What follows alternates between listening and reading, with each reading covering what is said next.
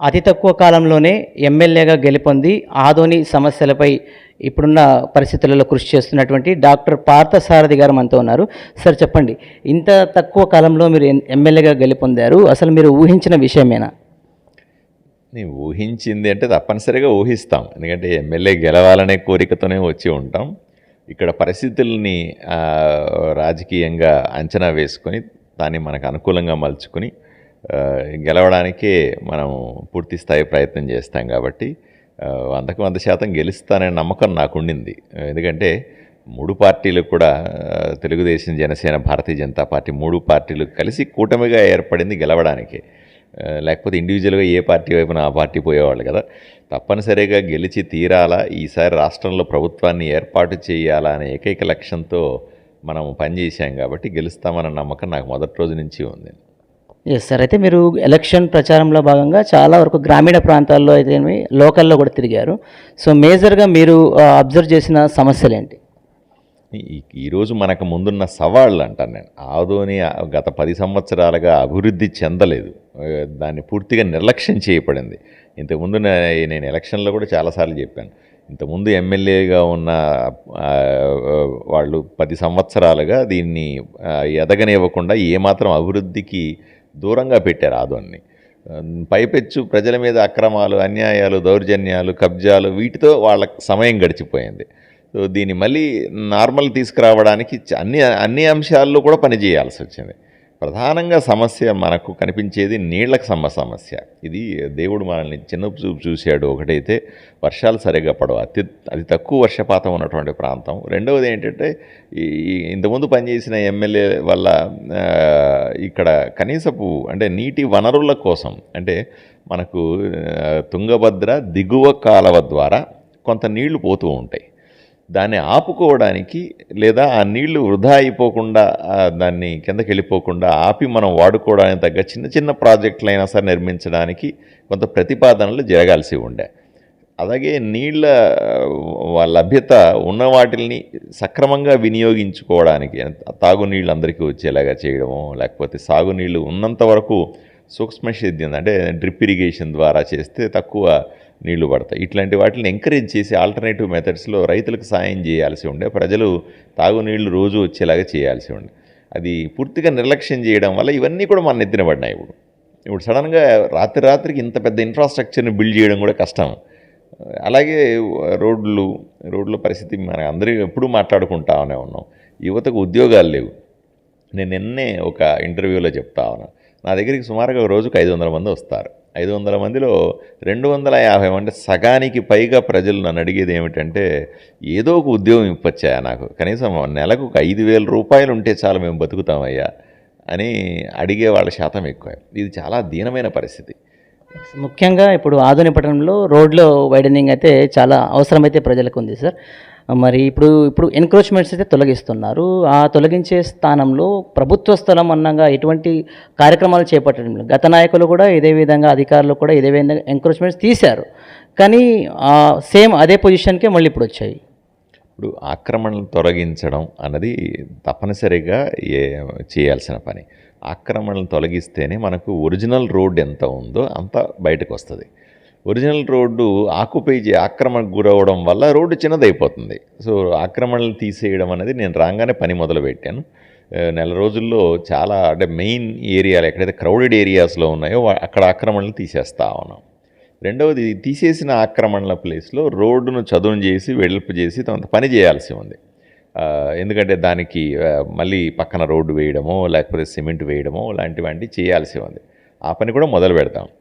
మొదటి 2 నెలల్లోనే ఇవన్నీ సాధ్యం కాదు. బట్ డెఫినెట్గా దిశల వారీగా ఏది అత్యవసరం అంటే కొన్ని ఇమీడియట్గా చేయాల్సిన పనులు ఉంటాయి, కొన్ని సమయం తీసుకొని సమయానుకూలంగా చేయాల్సిన పనులు. ఉదాహరణకి ఇప్పుడు వర్షాలు పడతా ఉండే పరిస్థితి ఉంది, వాగు వంకలు వచ్చే అవకాశం. అందువల్ల డ్రైన్ల మీద పడ్డాం నిన్నటి నుంచి కూడా, మీరందరూ చూశారు. ఈ డ్రైన్లను ఆదోన్లో ఉన్నటువంటి 11 ప్రధానమైన డ్రైన్లను దృష్టిలో పెట్టుకొని వాటిల్లో వర్షం వచ్చి నీళ్లు వచ్చేస్తే సడన్గా అవి లోతట్టు ప్రాంతాలకు వెళ్ళి ఇళ్లలోకి నీళ్లు వచ్చేస్తాయి, బ్లాక్ అయిపోతాయి, ఊరంతా నీళ్లు అవుతాయి అనే ఉద్దేశంతో అట్లా అది ఇమీడియట్గా చేయాలి. ఏమన్నా వర్షం పడుతుంది పడే అవకాశం ఉంది కాబట్టి.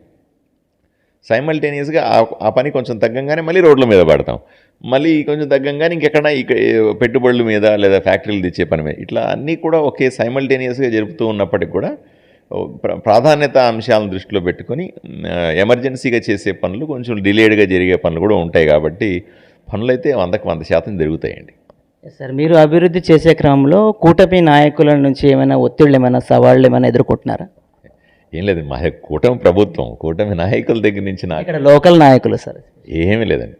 మేమందరూ కూడా బ్రహ్మాండంగా ఉన్నాం. చాలామంది సోషల్ మీడియాలో కూడా నేను చూస్తూ ఉన్నా, అపోహలు సృష్టించే ప్రయత్నం చేస్తాను. కూటమి నాయకుల మధ్య మీరు కలిసి రావట్లేదా, కలిసి ఉన్నారా, నిరంతరం ఎన్నిసార్లు ఒకే చేసినా ఆ ప్రశ్ననే అడుగుతారు. ఏమీ అట్లాంటి ఇబ్బంది లేదు.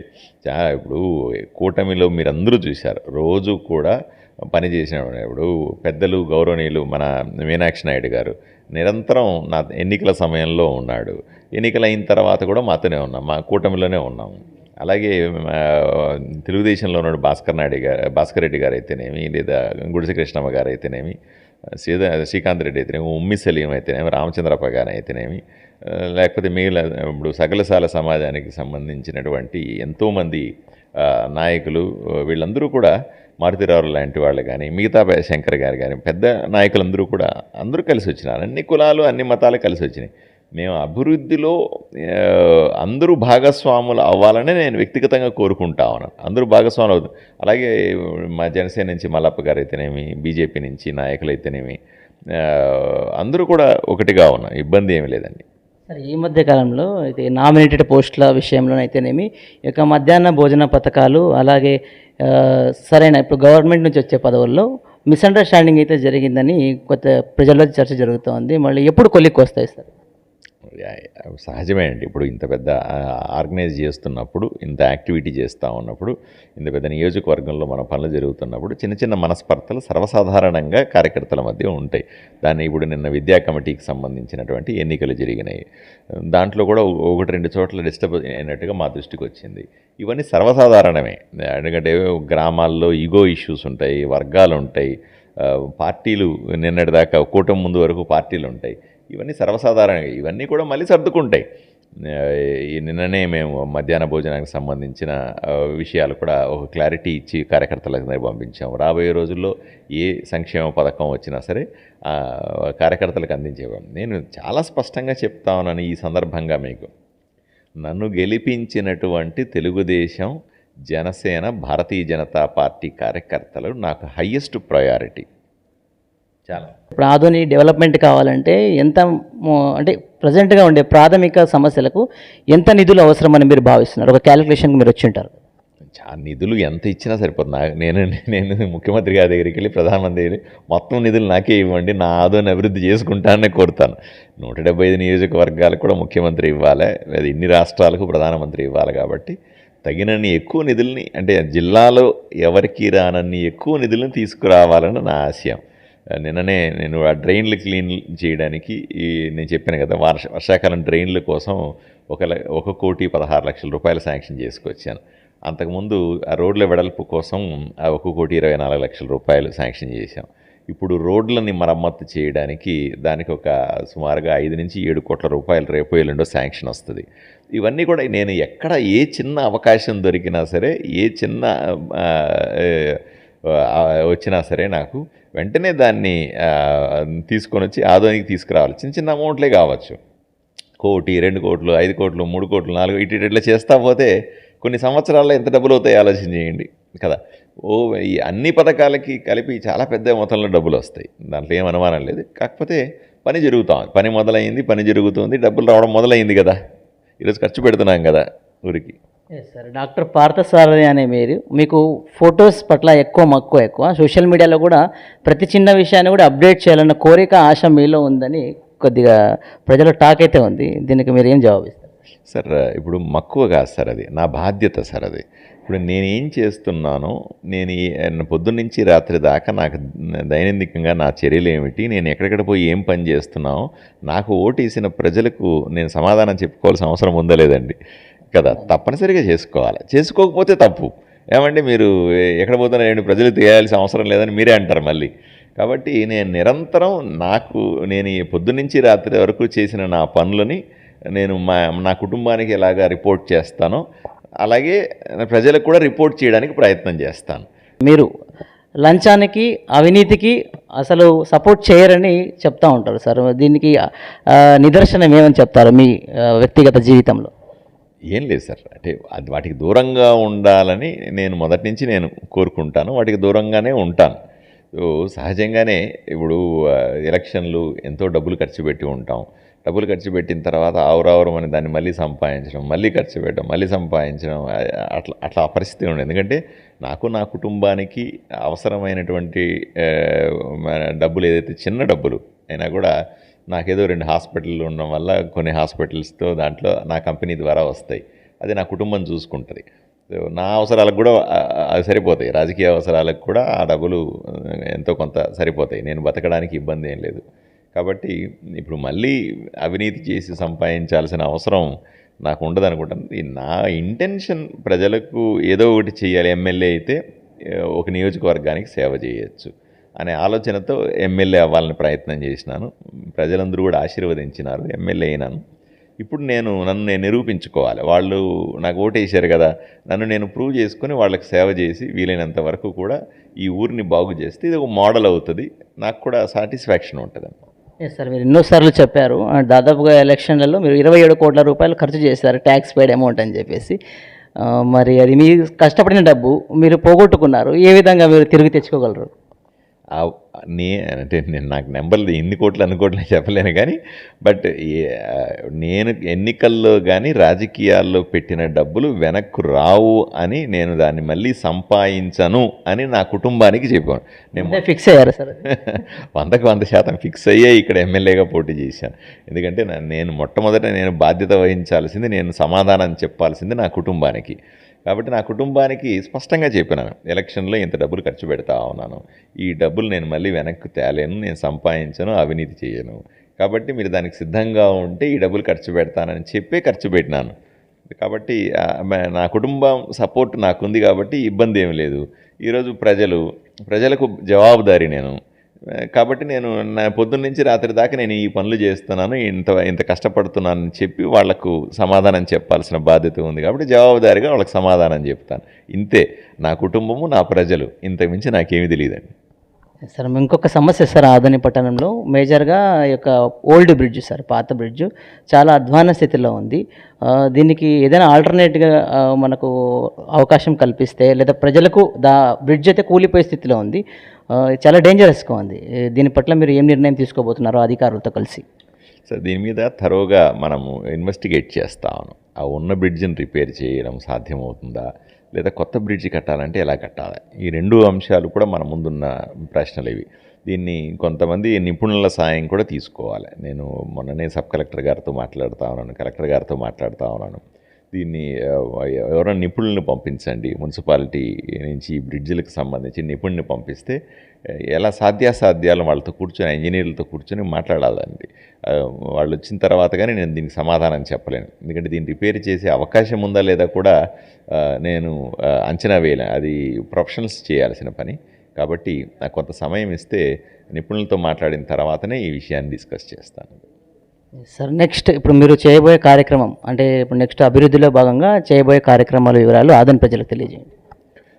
100% ఇప్పుడు ప్రజలందరూ కూడా సహకరించాలి, నెంబర్ 1. ఎందుకంటే ఇక్కడున్న సమస్యలన్నింటినీ కూడా వాళ్ళ ముందు పెట్టడానికి ఎప్పటికప్పుడు నేను ప్రయత్నం చేస్తూ ఉన్నాను. అలాగే పరిష్కారాలు కూడా వాళ్ళ ముందు పెడతాను. ఉదాహరణకి నేను రోడ్డు ఎంక్రోచ్ చేస్తున్నా సార్, అంటే ఆ రోడ్డు మీద ఉన్నటువంటి ఆక్రమణలను తొలగించే విషయంలో కొంతమందికి బాధ ఉంటుంది. డెఫినెట్గా నా ఉద్దేశం ఏంటి, ప్రజలు నాకెందుకు ఓటేశారు, రోడ్లు వెడల్పు చేయమని ఓటేశారు. ఇప్పుడు వాళ్ళ ఇంటి ముందో లేకపోతే వాళ్ళ వ్యాపారం ముందో నేను దాన్ని వెడల్పు చేస్తే ఆల్రెడీ వాళ్ళ ఆక్రమణలు ఉంటే వాళ్ళు బాధపడతారు. ఇది ప్రజలు అర్థం చేసుకోవాలి. అలాగే కొన్ని చోట్ల నేను నిన్న చూశాను, కొన్ని డ్రైన్స్ పూర్తిగా కప్పేసి ఉన్నాయి, వాళ్ళ కార్ పార్కింగ్ కోసం వాటి కోసం కప్పేసి ఉన్నాయి. సో వాటిని తీసేయకపోతే ఆ నీళ్ళు అక్కడే బ్లాక్ అయ్యి మళ్ళీ వెనక్కి వస్తే కాలనీలు మునిగిపోతాయి. వాటిని మనం తీయాల్సి వచ్చినప్పుడు వాళ్ళు కొంతమంది బాధపడతారు.